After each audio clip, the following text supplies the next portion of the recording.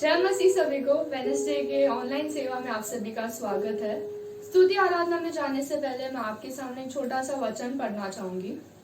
जैसे कहता है जेरेमाया 10:6 में, that there is none like you, O Lord, you are great and great is your name in might। है यहोवा, तेरे सम्मान कोई नहीं है, तू महान है और तेरा नाम पराक्रम में बड़ा है। जैसे वचन कहता है कि प्रभु जो है हमारा जो महान है वो शक्तिमान है, तो क्यों ना हम उसके नाम को ऊंचा उठाए इस गीत के द्वारा।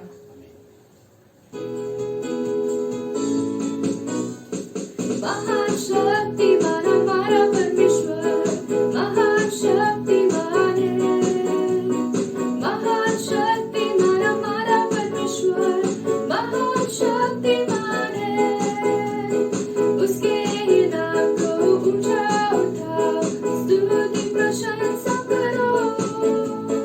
महान शक्तिमान हमारा परमेश्वर, महान शक्तिमान है। महान शक्तिमान हमारा परमेश्वर, महान शक्तिमान है। Great and mighty is the Lord our God, great and mighty is He. Great and mighty is the Lord our God, great and mighty is He. Lift up the banner, let the anthem ring, praises to our King. Great and mighty is the Lord our God, great and mighty is He. Great and mighty is the Lord our God, great and mighty is He. महान शक्तिमान हमारा परमेश्वर, महान शक्तिमान है। महान शक्तिमान हमारा परमेश्वर, महान शक्तिमान है। उसके नाम को ऊंचा उठाओ, स्तुति प्रशंसा करो। महान शक्तिमान हमारा परमेश्वर, महान शक्तिमान है। महान शक्तिमान हमारा परमेश्वर, महान शक्तिमान है।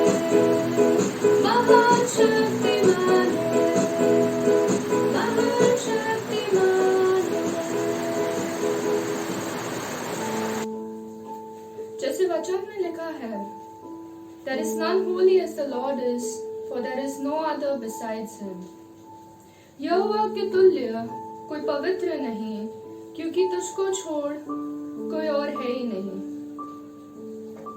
जैसे हम ये अगला गीत गाते हैं, क्यों ना हम परमेश्वर से कहे कि हाँ प्रभु, तेरे जैसा कोई नहीं है। There is no one like you, Lord। प्रभु तेरा प्यार सागर से भी गहरा,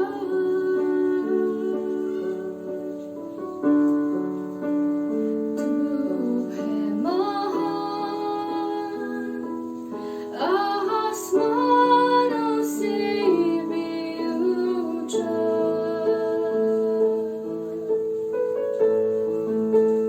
तेरा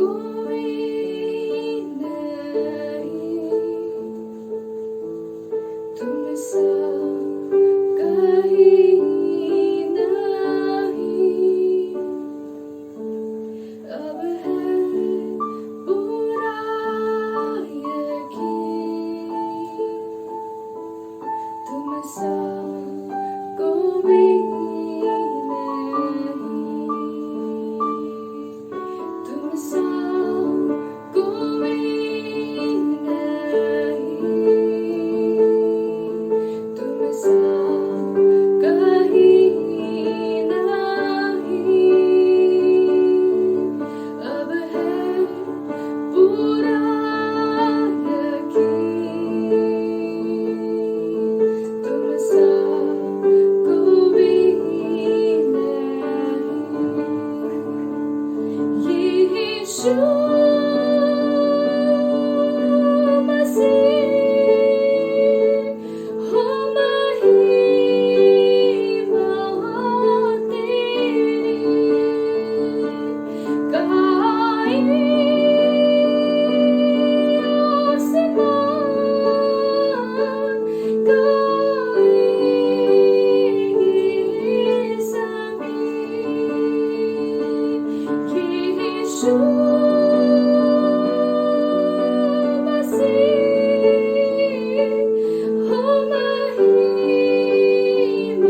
महिमा तेरी गाए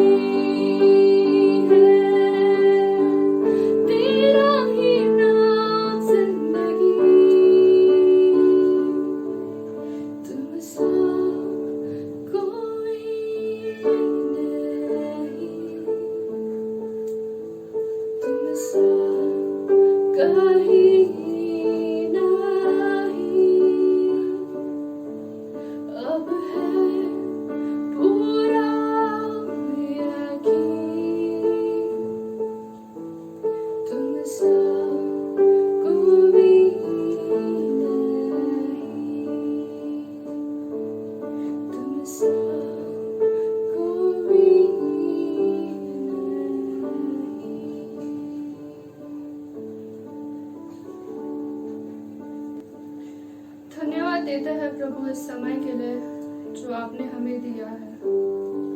आगे का समय प्रभु मैं आपके हाथों में देती हूँ। जैसे हम वचन सुनेंगे पास्टर के द्वारा हमसे बातें कर और इस वचन को सुनकर इसे हमारे जीवन में उपयोग करने के लिए आप मदद कर। ये सारी विनती प्रार्थना हमारे उद्धारकर्ता यीशु नासरी के नाम से मांगते हैं, आमीन।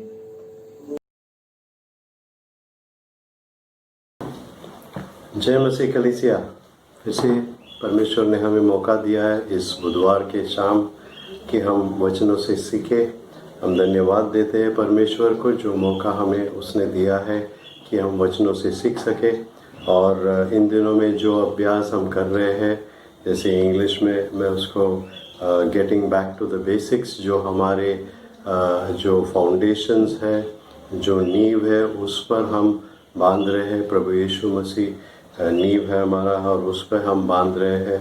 और अब तक हमने 2 विषय को सीखा है। हमने परमेश्वर का वचन के विषय में हमने सीखा है कि परमेश्वर के वचन हमारे जीवन में कितना महत्वपूर्ण है और कैसे उसकी इस्तेमाल हमें करना है। और पिछले कई हफ्तों में हमने प्रार्थना के विषय में सीखा है और प्रार्थना हमारे जीवन में कितना मूल्यवान चीज़ है ये हमने सीखा है। और ये भी हमने उस जब हम ये सीख रहे थे उस समय में हमने ये भी सीखा कि किस तरह हम परमेश्वर के साथ जब समय बिताते हैं तो हम वचनों से पढ़ते हैं और जब हम वचनों से पढ़ते हैं तब परमेश्वर हमसे बातचीत करता है, और जब हम प्रार्थना में परमेश्वर की ओर हमारी आवाज़ उठाते हैं तो हम परमेश्वर से बात करते हैं। आज मैं आपको जो तीसरा विषय है उस विषय सिखाने की कोशिश करूँगा, और ये मेरी आपके साथ जब आपको मैं सिखाता हूँ, मैं आपसे ये विश्वास करता हूँ कि ये जो बातें हम सीख रहे ये जैसे मैंने पहले भी बताया बहुत साधारण बातें हैं। जब हम प्रभु यीशु मसीह में नए विश्वासी रहते हैं उस समय हम इन बातों को सीखते हैं, और हमने ये कहा कि हम इसलिए उसको फिर से देख रहे हैं कि कई बार जब हम परमेश्वर में बढ़ते जाते हैं इन बातों को हम भूल जाते हैं, और इन बातों को कई बार हम उस विषय पर हम इतना गौर नहीं करते हैं, और जो छोटी छोटी बातें हैं, जो आसान सी बातें हैं, कभी कभी उसमें हम चूक जाते हैं। तो आज जो बात हमें सीखना है वो है संगति पर हमें सीखना है। Today I want you to focus with me on fellowship. In the past we have looked at the word of God, we've looked at prayer, we've seen how both of them are important. आज हम संगति के बारे में सीखने वाले हैं, और जब मैं संगति ये शब्द इस्तेमाल करता हूँ मैं हमारे जब हम कलीसिया होकर एकत्र होते हैं उस संगति की बात नहीं कर रहा हूँ। यहाँ पर जब हम संगति की बात कर रहे हैं हमारे और परमेश्वर के बीच का जो रिश्ता है उस पर हम गौर करेंगे। जब हम संगति की बात आज करते हैं तो उस समय हम हमारे और परमेश्वर के बीच में जो करीब का रिश्ता होना चाहिए उसके बारे में हम देखेंगे। ये जो अभ्यास है वो दो भाग में हम देखेंगे। तो आज हम संगति पर ज़्यादा ध्यान देंगे, और आने वाले बुधवार हम सीखने की कोशिश करेंगे कि अगर वो संगति टूट जाता है या उसमें कोई बाधा आ जाता है तो फिर हम किस तरह से हमारे पापों की क्षमा करके हम फिर से कैसे हम परमेश्वर के संगति में फिर से हम आ जाते हैं। तो आज जो बात हमें सीखना है वो है संगति। और संगति के विषय जब सीखते हैं तो सबसे पहले हमें जो उसकी बुनियाद है उसको हम जान लेंगे कि परमेश्वर की एक जो उद्देश्य है हमारे जीवन में जो उद्धार के द्वारा प्रभु यीशु के द्वारा परमेश्वर ने ये हमारे जीवन में ये कर दिखाया है वो है संगति। और इसका जो मार्ग हम देखते हैं वो उद्धार के द्वार है। अगर हम उद्धार नहीं पाते हैं तो हम परमेश्वर के साथ संगति नहीं कर सकते हैं। और परमेश्वर की शुरुआत से जब से परमेश्वर ने मनुष्य को बनाया उस समय से लेके आज तक का परमेश्वर की एक जो मुख्य उद्देश्य है, जो सबसे खूबसूरत एक उद्देश्य हमारे लिए ये है कि हम परमेश्वर के साथ संगति करें। और हम जो पापी हैं, जो पाप कर चुके हैं, हमारे लिए ये संगति तब मुमकिन होता है जब हमारा उद्धार होता है, जब हम प्रभु यीशु मसीह को जान लेते हैं, प्रभु यीशु मसीह को स्वीकारते हैं।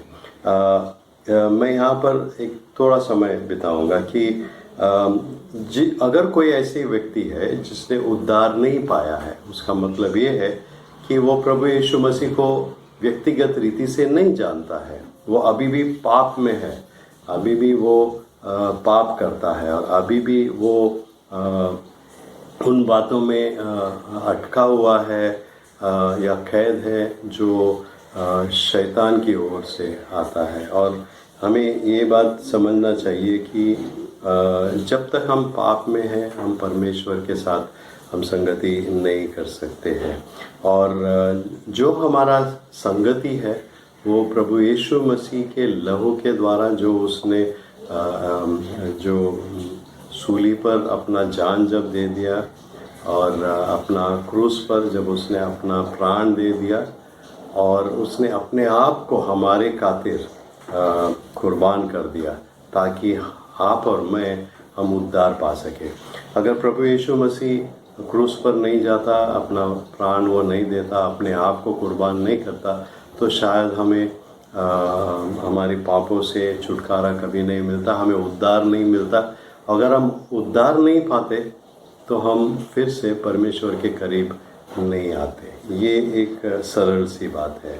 और वचन हमें ये बताता है कि हमारा जो संगति है वो परमेश्वर पिता के साथ है और प्रभु यीशु मसीह के साथ है। और ये जो संगति है परमेश्वर पिता के साथ और प्रभु यीशु मसीह के साथ, वो पवित्र आत्मा के द्वारा हमें मिलता है। आइए हम 2 वचनों को पढ़ेंगे शुरुआत में। पहला यूहन्ना उसका पहला अध्याय 3 वचन पहले हम पढ़ेंगे और फिर और एक वचन वहीं पर हम पढ़ेंगे। पहला यूहन्ना पहला अध्याय 3 वचन, 1 जॉन चैप्टर 1 वर्स 3। और ऐसे लिखा है यहाँ पर, जो कुछ हमने देखा और सुना है उसका समाचार तुम्हें भी देते हैं, इसलिए कि तुम भी हमारे साथ सहभागी हो।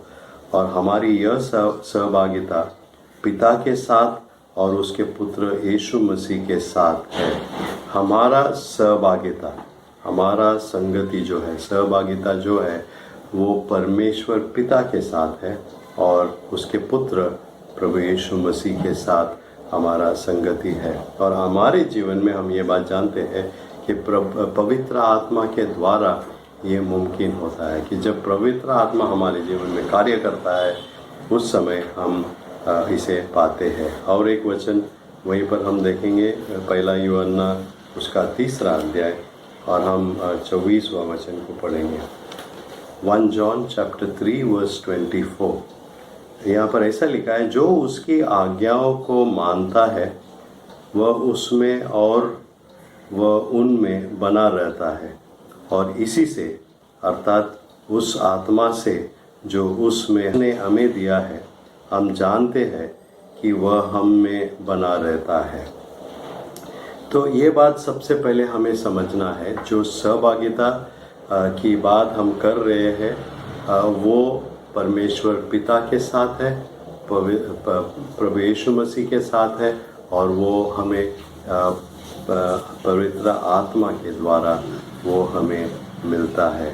और जब हम परमेश्वर के साथ सहभागिता की बात करते हैं, संगति की बात करते हैं, तो हमें ये बात सरल रीति से समझना चाहिए, क्योंकि अगर हम इन बातों को नहीं समझते हैं तो हम बहुत सारी बातों को खो पाएंगे।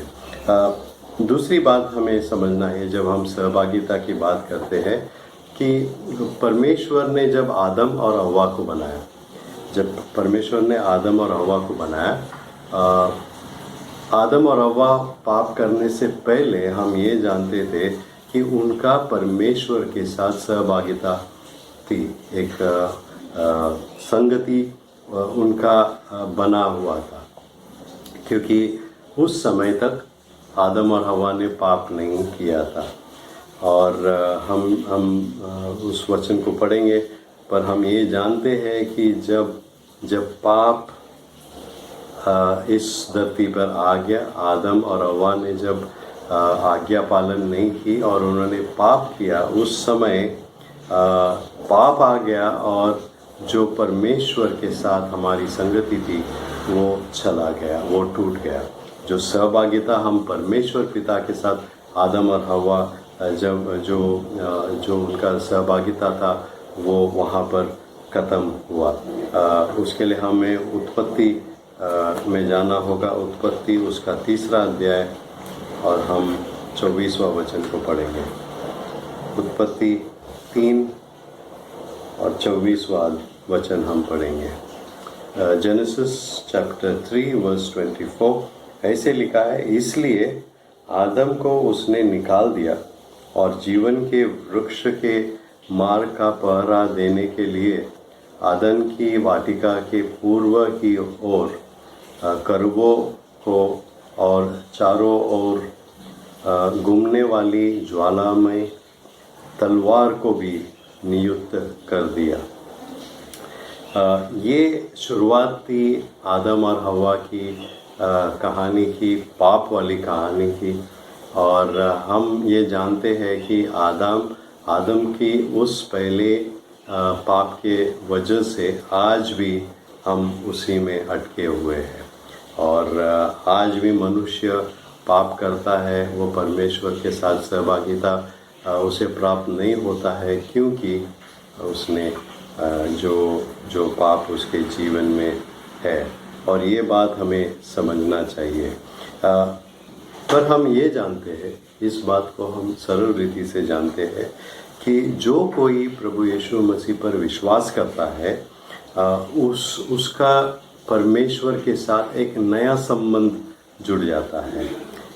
जब हम प्रभु यीशु मसीह पर विश्वास करते हैं, जब हम प्रभु यीशु मसीह को स्वीकारते हैं हमारे उद्धारकर्ता करके, हमारा परमेश्वर के साथ एक नए रीति से एक संबंध बन जाता है। और उसके वजह से हम परमेश्वर के साथ फिर से एक बार संगति कर सकते हैं। जब तक हम में पाप है, हम परमेश्वर के साथ संगति नहीं कर सकते हैं। ये एकदम शुरुआत में आपके साथ में बांट दूँ तो जब तक आदम और हवा पाप नहीं किए थे, तब तक उनका परमेश्वर के साथ संगति था। और जब उन्होंने पाप किए, वचन हमें बताया है कि वो उनको उस आदन के बगीचे से बाहर निकाल दिया और उनका संगति वहाँ पर ख़त्म हुआ। और हमारे लिए जब हम इस विषय को सीखते हैं, हमें ये समझना चाहिए कि जब तक हम परमेश्वर पर विश्वास नहीं करते, प्रभु यीशु मसीह पर विश्वास नहीं करते, और जब तक हम नए रीति से हमारा परमेश्वर के साथ ये संबंध नहीं होता है, तब तक हमारा परमेश्वर के साथ सहभागिता या संगति नहीं हो सकता है। आज हम 3 बातों को इस विषय में सीखेंगे और 3 बातें जो यहाँ पर है बहुत सरल सी है, और अगले हफ्ते हम उसमें आगे सीखेंगे। सबसे पहले हमें जो सीखना है, इंग्लिश में मैंने यहाँ लिखा है स्फीयर ऑफ फेलोशिप, संगति का क्षेत्र। संगति का क्षेत्र क्या है? सबसे पहले हमें ये समझना है कि परमेश्वर जो है वो पूरी तरह से पूरी तरह से परमेश्वर पवित्र है। आपको ये बात एकदम सरल रीति से हम सबको समझना है कि परमेश्वर जो है वो पवित्र है। परमेश्वर में कोई पाप नहीं है, कोई दाग नहीं है। वो हम प्रभु यीशु मसीह के जीवन में भी देखते हैं। प्रभु यीशु मसीह परमेश्वर थे, जब इस धरती पर वो आए, मनुष्य बन के आए और इस धरती पर वो रहे 33 साल से थोड़ा ज़्यादा वो इस धरती पर रहे। और वचन हमें ये बताता है कि प्रभु यीशु मसीह ने एक भी पाप नहीं किया। और ये हम परमेश्वर के बारे में हमें सरल रीति से जानना है कि जो परमेश्वर है वो पवित्र है, संपूर्ण रीति से वो पवित्र है, पूरी तरह से वो पवित्र है। और परमेश्वर कभी बदलता नहीं, परमेश्वर बदलता नहीं, उसका जो पवित्रता है वो कभी बदलता नहीं। परमेश्वर नहीं बदलता, परमेश्वर की पवित्रता जो है वो कभी नहीं बदलता। और अगर जब हम संगति की बात करते हैं या सहभागिता की बात करते हैं, तो हमको ये बात समझना है कि 2 लोग अगर चल रहे हैं, उनमें सहभागिता तब होगा जब उनमें सहमत है। वो एक दूसरे से जब वो सहमत है, तब उनके बीच में संगति हो सकती है। आपको अगर मैं एक उदाहरण दूं तो आपने शायद ये देखा होगा, आप अगर रास्ते में चल रहे हैं और आपके सामने से 2 लोग आ रहे हैं और वो साथ साथ चल रहे हैं, पर वो एक दूसरे से सहमत नहीं है, उनका झगड़ा हो रहा है। वो एक दूसरे के साथ बात तो कर रहे हैं, लेकिन वो आपको आवाज़ सुनाई नहीं देता, लेकिन जब आप उनके चेहरे देखते हैं तो आपको समझ में आता है कि वो एक दूसरे के सहमत नहीं है और वो एक दूसरे से लड़ रहे हैं। और एक दोनों साथ में, हमें जो दिखाई देता वो साथ में चलते हैं, लेकिन उनमें सहभागिता नहीं है, ये हम महसूस करते हैं। वचन हमें ये कहता है यहाँ पर कि जब तक दो व्यक्ति वो अगर चल रहे हैं और अगर उनमें सहमति नहीं है तो वो एक दूसरे के साथ उनका संगति सही रीति से नहीं होगा। एक वचन हम पढ़ेंगे आमोस की किताब, उसका 3रा अध्याय और 3रा वचन हम पढ़ेंगे। आमोस 3:3 will read Amos 3 and verse 3। ऐसे लिखा है, यदि दो मनुष्य परस्पर सहमत न हो तो क्या वे एक संग चल सकेंगे। इंग्लिश में है, do two walk together unless they have agreed to meet. अगर दो लोग सहमत नहीं है तो वो एक दूसरे के साथ संग नहीं चल सकते हैं। और यही बात हमें यहाँ पर जान लेना है। जब हम परमेश्वर की साथ संगति की जो हम बात करते हैं, परमेश्वर के साथ सहभागिता की जब हम बात करते हैं, वो परमेश्वर के स्टैंडर्ड के अकॉर्डिंग होगा। जो परमेश्वर ने एक हमारे लिए एक स्टैंडर्ड रखा है जहाँ पर हमें पहुँचना है, और हम परमेश्वर को हमारे लेवल पे नहीं ले आ सकते, हमें उस लेवल में जाना होता है, तब हमारा संगति होता है। अगर हम एक दूसरे के साथ सहमत नहीं हैं, परमेश्वर के साथ अगर हम सहमत नहीं हो गए या उसमें हम विश्वास नहीं करेंगे जो परमेश्वर कह रहा है, तो शायद ये कभी नहीं होगा। दूसरी बात हमें जो सीखना है वो ये है कि जो परमेश्वर की जो स्टैंडर्ड है, परमेश्वर जो हमारे लिए एक मार्क रखता है वो क्या है, और वो हम जान पाएंगे 1 यूहन्ना उसका 1 अध्याय जब हम देखेंगे। तो आइए मेरे साथ हम 1 यूहन्ना में जाएंगे फिर से। 1 यूहन्ना उसका 1 अध्याय और 7वां वचन, 1 John 1:7। यहाँ पर ऐसे लिखा है, पर यदि जैसा वह ज्योति में है वैसे ही हम भी ज्योति में चले तो एक दूसरे से सहभागिता रखते हैं, और उसके पुत्र यीशु का लहू हमें सब पापों से शुद्ध करता है। But if we walk in the light as he is in the light, we have fellowship with one another, and the blood of Jesus his son cleanses us from all sin। परमेश्वर जो, अगर हमें परमेश्वर के साथ सहभागिता निभाना है तो परमेश्वर जो हमारे लिए एक स्टैंडर्ड रखता है या एक ऐसे टारगेट हमारे लिए रखता है, वो ये है कि हम ज्योति में हम चले, ज्योति में हम चले। और आप और मैं ये बात को जानते हैं कि हम जो है हम ज्योति में नहीं चलते हैं। आप और मैं जो है हम अंधेरे में चलते हैं। जब हम पाप में रहते हैं, पाप करते हैं, हम अंधेरे में चलते हैं, हम ज्योति में नहीं चलते। और ये बात हमें समझना चाहिए। तो हमारे लिए जो हम विश्वासी है, जब हम परमेश्वर के साथ सहभागिता की जब हम बात करते हैं तो हमारे लिए ये बात इम्पॉर्टेंट हो जाता है कि हम में 2 बात होनी चाहिए। अगर हमें परमेश्वर के साथ सहभागिता निभाना है तो हमारे में 2 बात होनी चाहिए। सबसे पहले हमारे में पवित्रता होना चाहिए। हमारे जीवन जब पवित्र होते हैं और हम पवित्रता में जब हम चलते हैं, तब हम परमेश्वर के साथ सहभागिता हम निभा पाएंगे। दूसरा जो है ईमानदारी, अपराइटनेस।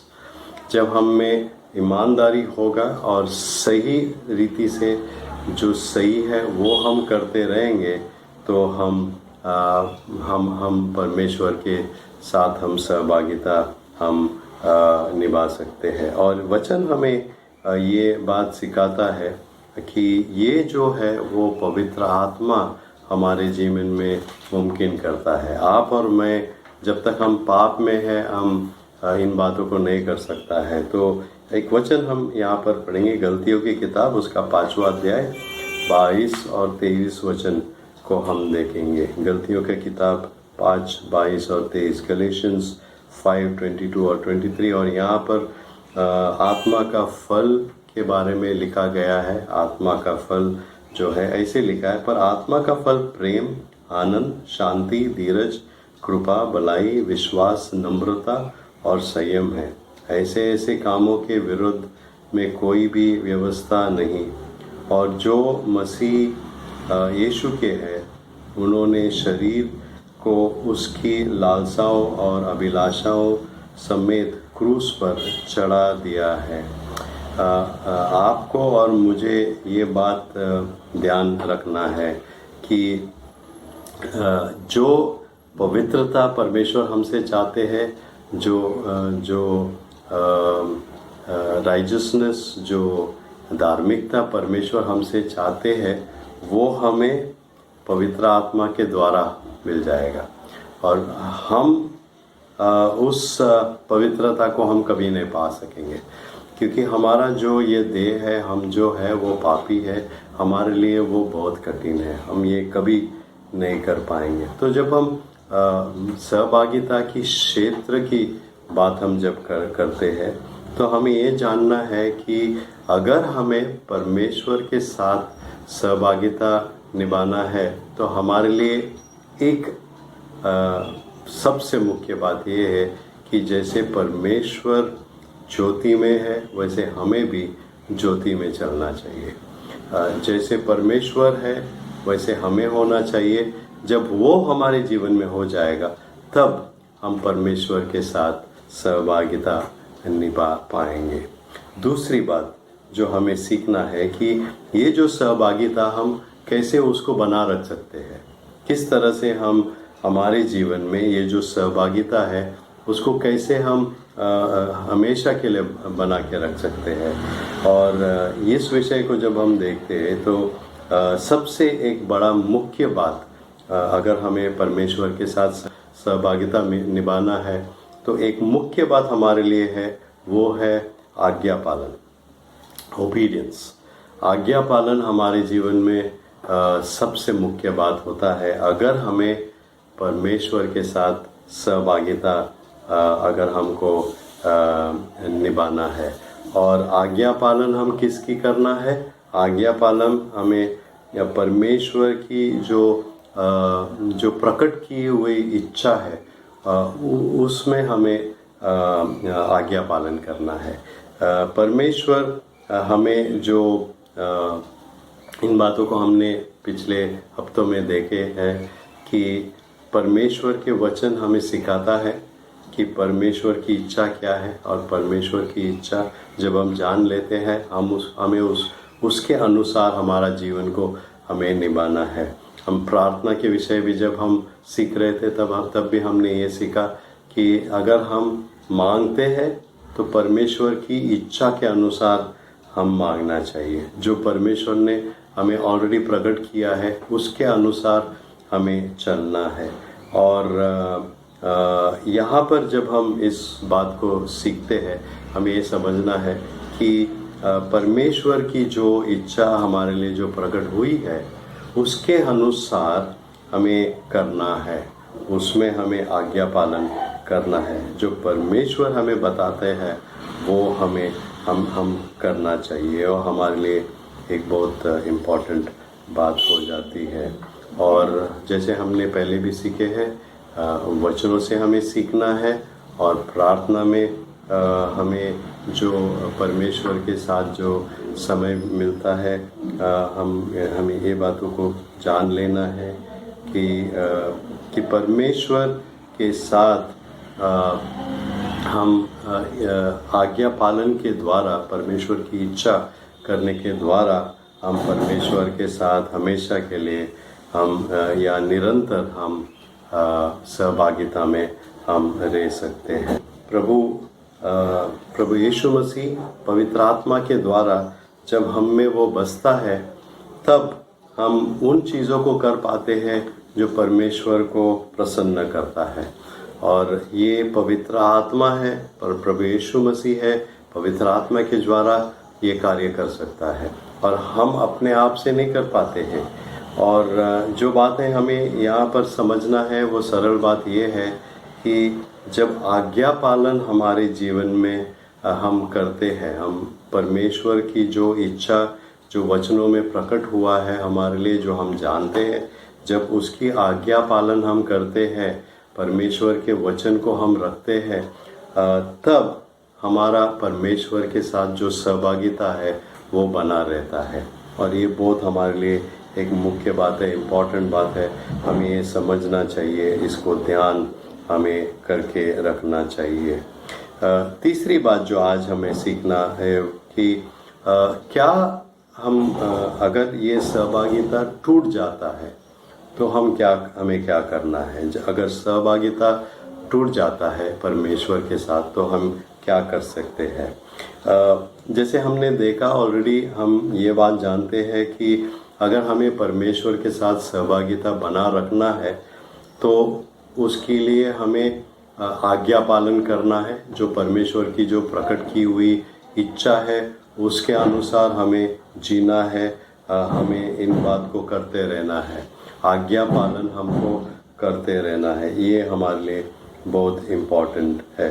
और जब परमेश्वर की इच्छा की हम आज्ञा पालन नहीं करते हैं तब जो संबंध है, जो सहभागिता है वो टूट जाता है, हमारा संगति टूट जाता है। जब तक हम पाप नहीं करते हैं तब तक वो बना रहता है। हमने आदम और हवा के उदाहरण से हमने वो देख लिया था, जब तक वो पाप नहीं किए थे तब तक उनका परमेश्वर के साथ सहभागिता था, उसके बाद में वो टूट गया। आप और हमारे लिए भी वही बात है कि प्रभु यीशु मसीह ने जो हमारे लिए किया, जो प्राण उसने दी और जो कुर्बानी उसने हमारे खातिर दी, उसके वजह से हम फिर से परमेश्वर के साथ हमारी सहभागिता हो सकती है। पर अगर हम फिर से पाप करते हैं तो वो सहभागिता टूट जाती है। जब हम पाप करते हैं उस समय वो सहभागिता टूट जाती है। और जब हम पाप की बात करते हैं, हमने इस बात को भी देखा है कि पाप कोई छोटा और बड़ा पाप करके नहीं है। पाप कितना भी छोटा हो वो संगति को तोड़ सकता है।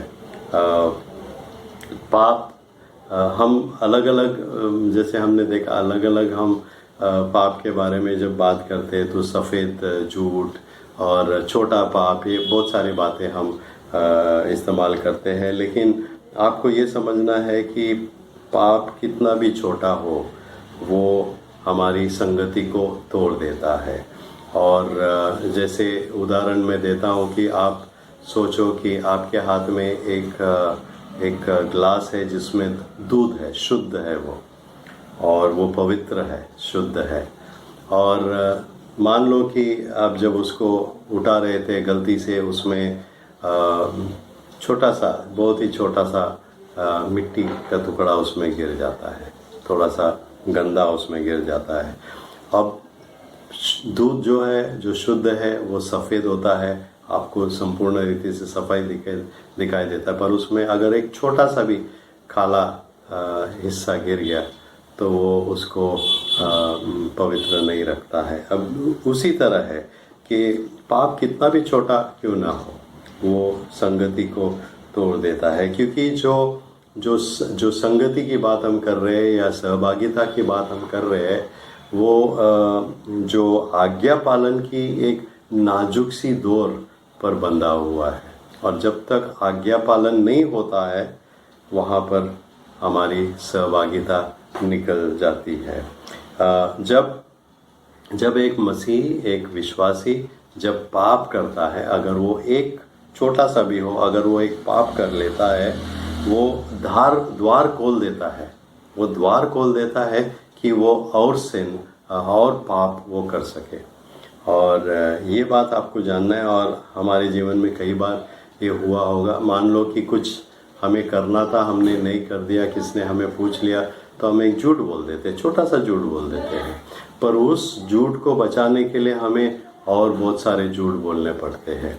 और ये बात हमने कई बार शायद हमारे जीवन में हमने इन बातों को देखा है। तो और जब हम पाप करते हैं तो फिर हमारे हृदय में एक ठंडापन आ जाता है, एक ऐसे स्वभाव आ जाता है, हम परमेश्वर से दूर हो जाते हैं।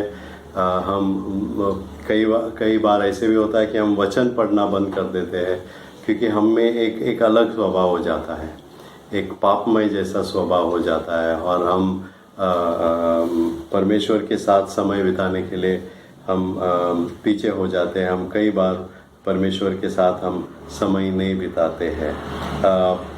इसलिए जब पाप होता है, हम पाप करते हैं, तो ज़रूरी ये होता है कि जितना जल्दी हम फिर से परमेश्वर के पास आ जाए तो अच्छा हो जाता है। और जो पाप हम में हुआ है, उसके वजह से जो हम दूर परमेश्वर से गए हैं, जितना जल्दी हम फिर से परमेश्वर के पास आ जाते हैं, वो हमारे लिए एक अच्छी बात होती है। और हमें कोशिश करना है, क्योंकि जैसे अगर आपको उदाहरण देना है कि बहुत सारे हम जो बुरी आदतें हम में है, एक बार हमने पाप के लिए द्वार खोल दिया, जगह दे दिया, तो वो बुरी आदतें जो है फिर से हमारे में आ जाती है और फिर से हम उनको करना शुरू कर देते हैं। और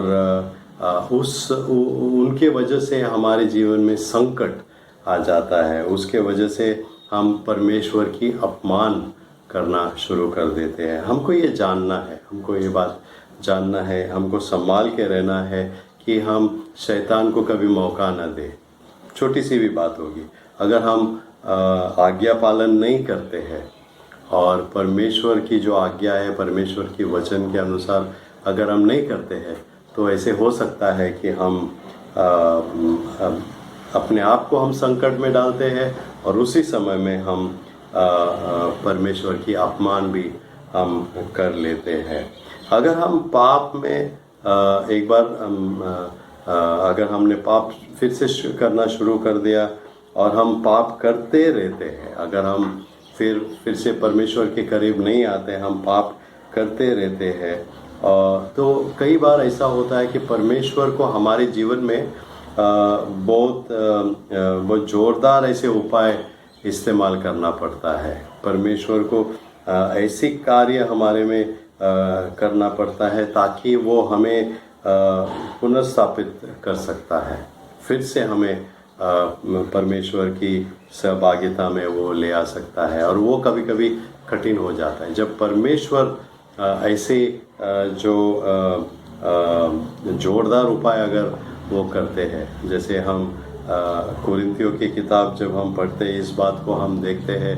पौलुस जो व्यभिचार में गिरा है, उसके बारे में पौलुस कहता है कि उसको कलीसिया से निकाल दो, क्योंकि वो उसके साथ आपका संबंध नहीं होना चाहिए।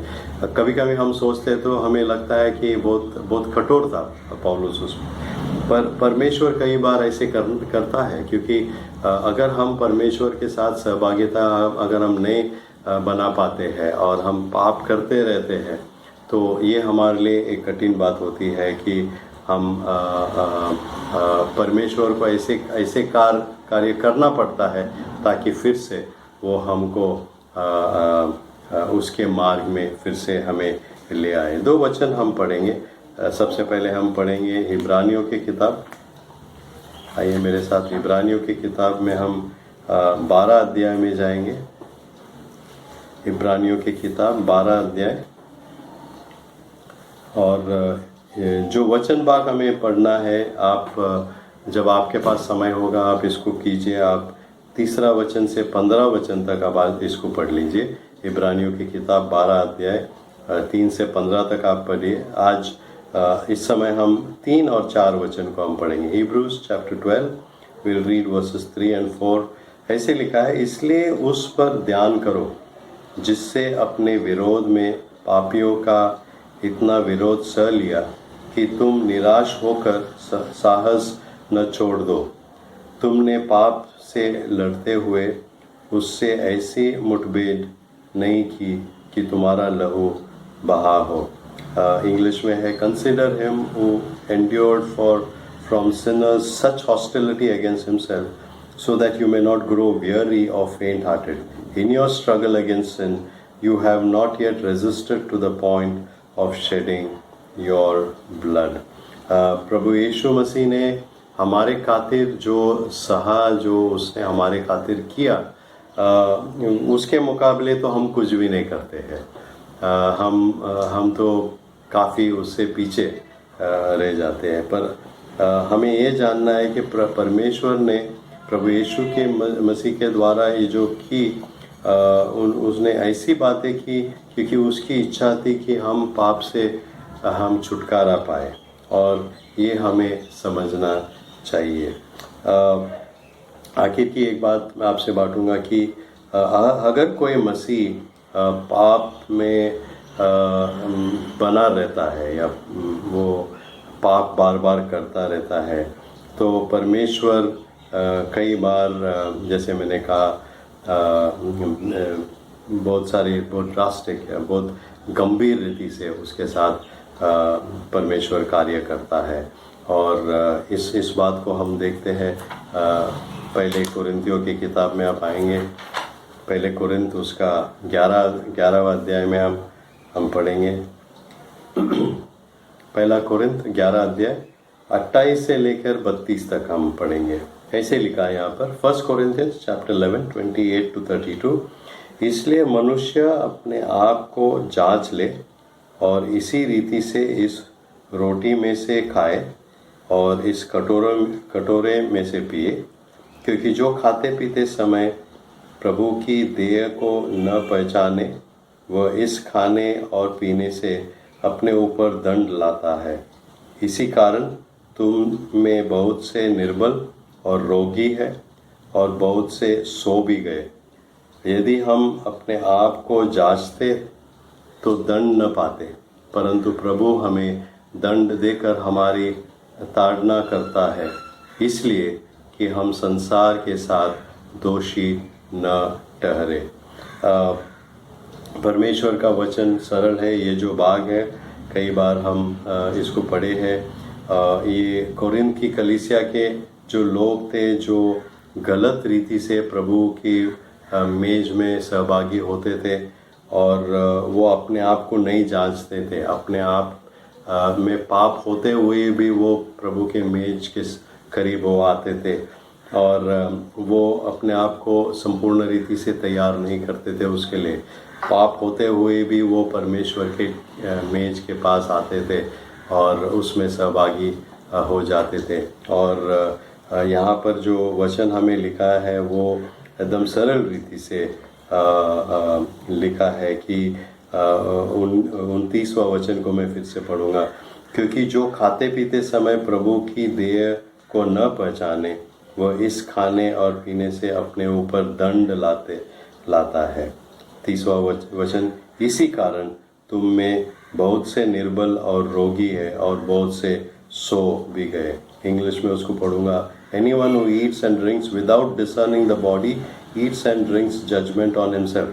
That is why many of you are weak and ill and some have died. हमें ये जानना है कि परमेश्वर के साथ सहभागी करना या परमेश्वर के सहभागिता में रहना, ये कोई मजाक नहीं है, कोई जोक नहीं है, हंसी की बात नहीं है।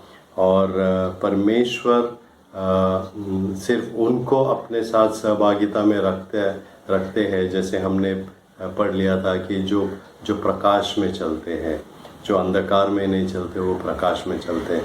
और अगर आप और मैं ये हमारी इच्छा है कि हम परमेश्वर के साथ हमारी सहभागिता हो, तो आपको ये बात जानना है, हमें पाप अपने आप से दूर रखना है।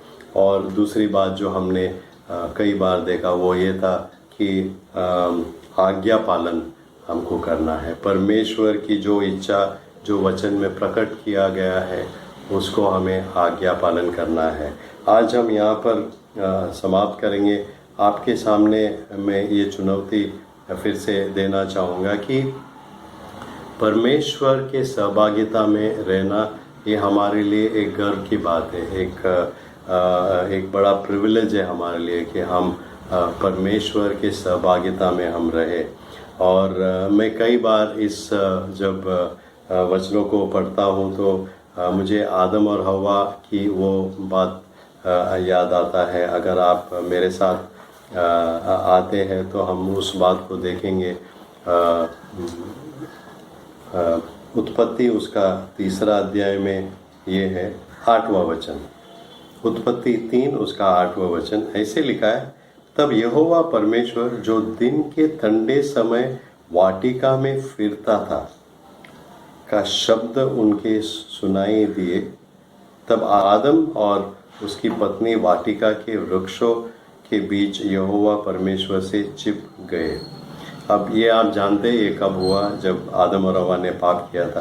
पर मुझे आपका ध्यान उस वचन की पहली भाग में ले जाना है, जहाँ पर लिखा है कि तब यहोवा परमेश्वर जो दिन के ठंडे समय वाटिका में फिरता था। परमेश्वर आदम के वाटिका में आदम और हव्वा के साथ वो फिरता था। आप अगर आप ये बात समझ सकते हैं तो आप ये सोचिए, आपको उदाहरण ये सोचना होगा कि आप कोई बहुत ही खूबसूरत एक बागीचे में या वाटिका में आप चल रहे हैं और आप अकेले नहीं हैं, आपके साथ आपका जीवन साथी है या आपका प्रेमी है जिसके आप बहुत करीब हैं। आप सोचिए ऐसा कुछ, आपको कितना आनंद होता है। आपको कितना आनंद होता है कि आप कुछ काम नहीं कर रहे, आप कुछ नहीं कर रहे, आप सिर्फ चल रहे हैं और आपके साथ कौन है, जो आपके सबसे प्रिय है वो आपके साथ है। आपको दूसरा कुछ बात मतलब का नहीं होता है। नथिंग डिस्टर्ब्स यू, क्योंकि उस समय आप परमेश्वर के साथ, आपके जो प्रेमी है उसके साथ आप हैं, जो आपका साथी है उसके साथ आप हैं। यहाँ पर ये सोचिए कि परमेश्वर पिता आदम और हव्वा के साथ बागीचे में रोज चलते थे और ये कितनी बड़ी बात है। और जब हम सहभागिता की जब विषय सीखते हैं तो वो वैसे ही है, उसी तरह है कि जब हम परमेश्वर के साथ, हम में पाप नहीं, हम में कोई दुष्टता नहीं, कोई ऐसी बात नहीं, हम सहभागिता में है परमेश्वर के साथ। परमेश्वर प्रकाश है, हम भी प्रकाश में चलते हैं और उसके साथ हम सहभागिता करते हैं। आज आपको ये बात अपने आप से पूछना है कि आपका जीवन में सहभागिता परमेश्वर के साथ कैसा है, आपका परमेश्वर के साथ सहभागिता कैसा है। क्या सचमुच आप परमेश्वर के साथ सहभागिता निभा रहे हैं? तो क्या आज्ञा पालन आपके जीवन में सबसे मुख्य बात है?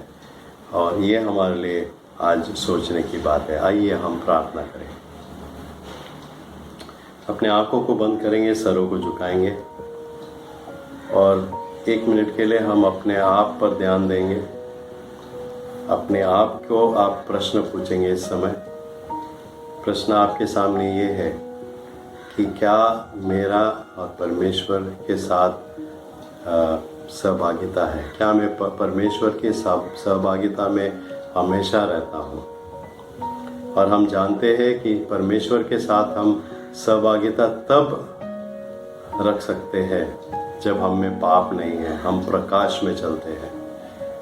और वचन से आज हमने सीखा है कि आज्ञा पालन हमारे लिए सबसे मुख्य बात है अगर हमें परमेश्वर के सहभागिता में रहना है। तो आज हमारे लिए प्रश्न है कि क्या हम सचमुच आज्ञा पालन करते हैं, परमेश्वर के वचन के अनुसार हम जीते हैं? ये हमारे लिए आज प्रश्न है, क्योंकि वचन हमें आज सरल रीति से बताया है कि जब हम परमेश्वर के वचनों पर हम ध्यान देते हैं और परमेश्वर के वचन की आज्ञा पालन हम करते हैं तो उस समय हम परमेश्वर के साथ सहभागिता में रहते हैं। छोटी सी भी अगर पाप है तो वो परमेश्वर की सहभागिता से हमें हमारी सहभागिता को भंग कर देता है, तोड़ देता है। अपने आप को इस समय जांचिए कि आपकी परमेश्वर के साथ क्या सचमुच सहभागिता है। और अगर नहीं है तो आज परमेश्वर से मांगिए और परमेश्वर को कहिए कि हाँ परमेश्वर, मुझे आपकी सहभागिता में रहना है, आज्ञा पालन मुझे करना है।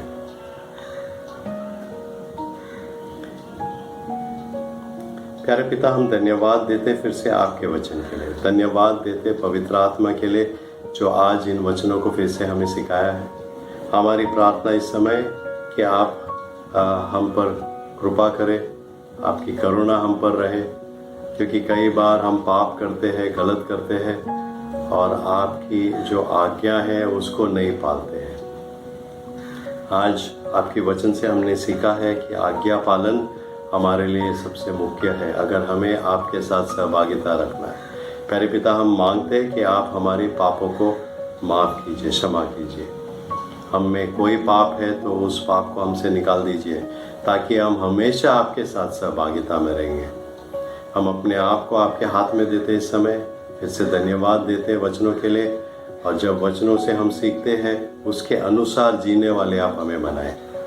हम मांगते परमेश्वर आज्ञा पालन करने के लिए आप हमें मार्गदर्शन करें, पवित्र आत्मा के द्वारा आप हम में वो कार्य करें ताकि हम हमेशा आपकी आज्ञा पालन करें, आपकी इच्छा के अनुसार जो है वो हम करते रहें। हम फिर से अपने आप को आपके हाथ में देते, धन्यवाद देते इस समय के लिए और मांगते परमेश्वर आने वाले समय भी आप हमारे साथ बने रहें। हम धन्यवाद देते जो सहभागिता आपके हमेशा हमारे साथ हमेशा रहता है, और आज हम मांगते हैं कि इस समय अगर आपका हमारा सहभागिता नहीं है तो आप हमें हमसे बातचीत करते रहे ताकि हम फिर से आपकी सहभागिता में हम फिर से वापस आ जाए। अपने आप को आपके हाथ में देते हैं, हम धन्यवाद देते हैं इन वचनों के लिए। फिर से धन्यवाद देते आपने हमारी प्रार्थना को सुना और हमारी प्रार्थना को उत्तर दिए, क्योंकि ये सब हमने प्रभु यीशु मसीह के नाम से मांगे हैं। आमीन। आमीन। प्रभु आपके साथ हो और प्रभु का सहभागिता हमेशा आपके साथ रहे। आमीन।